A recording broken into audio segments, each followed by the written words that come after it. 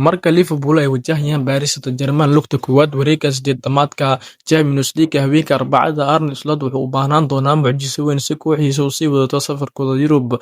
Kooxda Liverpool ayaa ku guuleystay Premier League oo uu dhiirigeliyay Harvey Elliott, waxay si xusuus leh 1-0 uga badisay kooxda PSG wax ka badan hal sano ka hor, inkastoo kooxda Luis Enrique ay markaas ka aamusiyeen Anfield rigooreyaal.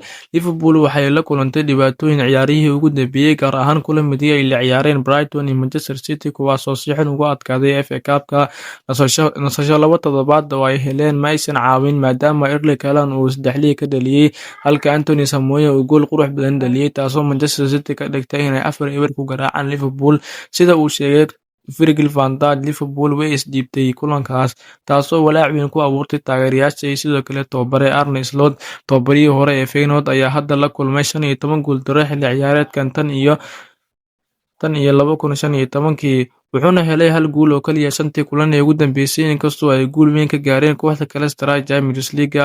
Liverpool waxay sidoo kale guuldarrooyin badan kala kulantay safarkooda, iyagoo 4 ka mid ah 5 kulan ee ugu dambeysay ay banaanka ku ciyaareen laga adkaaday. Xaaladda PSG kulankan waxaa is wajahaya 2 horyaal oo qaran, balse Liverpool waxay u muuqataa inay luminayso horyaalka Premier League halka PSG ay si fiican u hogaaminayso Ligue 1. Kooxda Lens ayaa hore cadaadis u saartay PSG, laakiin guuldarrooyinkooda ayaa PSG siisay hoggaan 4 dhibcood iyadoo weliba kulan uu harsan yahay. PSG waxay 3 gool iyo gool ku garaacday kooxda Toulouse, iyadoo Ousmane Dembélé uu 2 gool dhaliyay, taasoo ka dhigtay inay 4 kulan oo xiriir ah guuleystaan. Waxay sidoo kale si fiican uga adkaadeen Chelsea kulamo dhawaan dhacay. PSG waxay ku gudubtay 4 wareeg oo quarter-final Champions League oo isxigxiga, sidoo kale 7 kulan kama aysan badin kooxaha Ingiriiska, 5 ka mid ah way guuleysteen.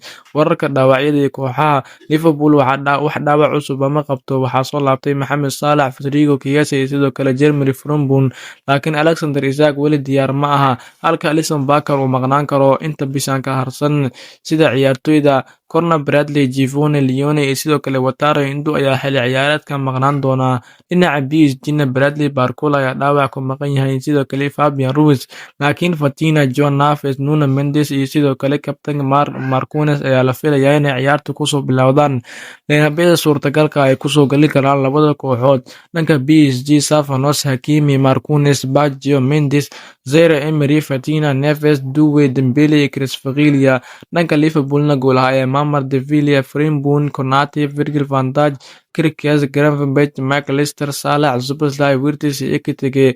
Saadaasha ugu badan ayaa waxaa lagu saadaalinayaa inay PSG guuleysan karto, maadaama 36 kulan ee Liverpool ay la ciyaartay kooxaha Faransiiska kuma dhammaan eber. Saaxiib haddaba adaba fikradeeda nala wadaag. PSG Liverpool ayaa adkaan karaa? Qaybta hoose ee faalada kumatiga nagu soo qor. Haddaad halkan nagu soo gaartay waad mahadsan tahay. Subscribe noo saar.